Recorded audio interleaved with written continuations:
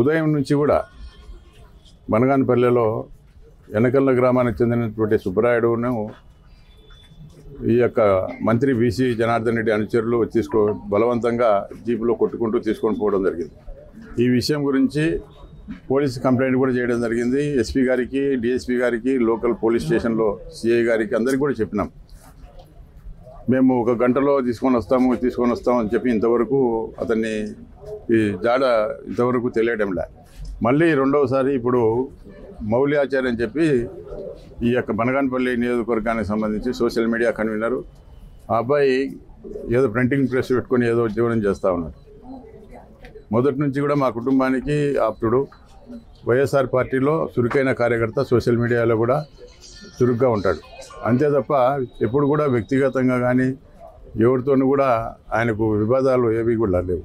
ఈరోజు ఉదయం నంద్యాల రూట్లో మరి ఆయన ఫ్రెండ్స్ తోటి ఉండడం వల్ల ఈరోజు బలవంతంగా అతన్ని తీసుకొని పోయి బీసీ జనార్దన్ రెడ్డి కాంపౌండ్లోకి తీసుకొని పోయి ఈ యొక్క కట్టెలు, కర్రలు, రాడ్లతో ఇష్టం వచ్చినట్టుగా తల మీద, ఏళ్ళ మీద, మరి కాళ్ళ మీద కొట్టడంతో తీవ్ర గాయాలు కావడం జరిగింది. మేము మొదటి నుంచి కూడా పోలీసులకు విజ్ఞప్తి చేస్తూ ఉన్నాం. అయ్యా, ఈ యొక్క బనగానపల్లెలో ఈ విధంగా రౌడీ రాజ్యం నడుస్తూ ఉంది.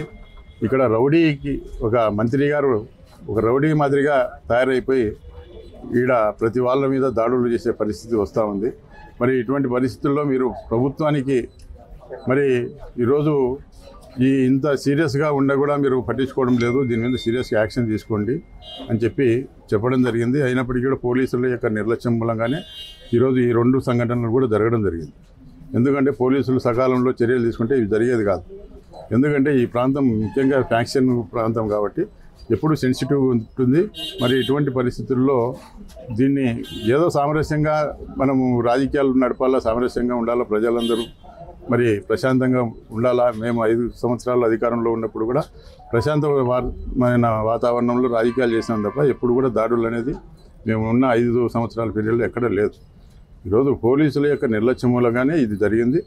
దీనికి మన ఎస్పీ గారు కానీ, స్థానికంగా అంటే పోలీసులు కానీ ఖచ్చితంగా సమాధానం చెప్పాలా. ఎందుకంటే ఈరోజు ఏం చేసినా మాకు ప్రభుత్వం ఉంది, మంత్రి గారు ఉన్నారు అనే మండి ధైర్యంతోనే ఈరోజు తెలుగుదేశం పార్టీ నాయకులు, వైఎస్ఆర్ పార్టీ నాయకుల మీద, కార్యకర్తల మీద దాడులు చేస్తూ ఉన్నారు. ఇది ఇంతటితో ఆపకుంటే మున్ముందు జరిగేదానికి మేము బాధ్యతలం కాదు.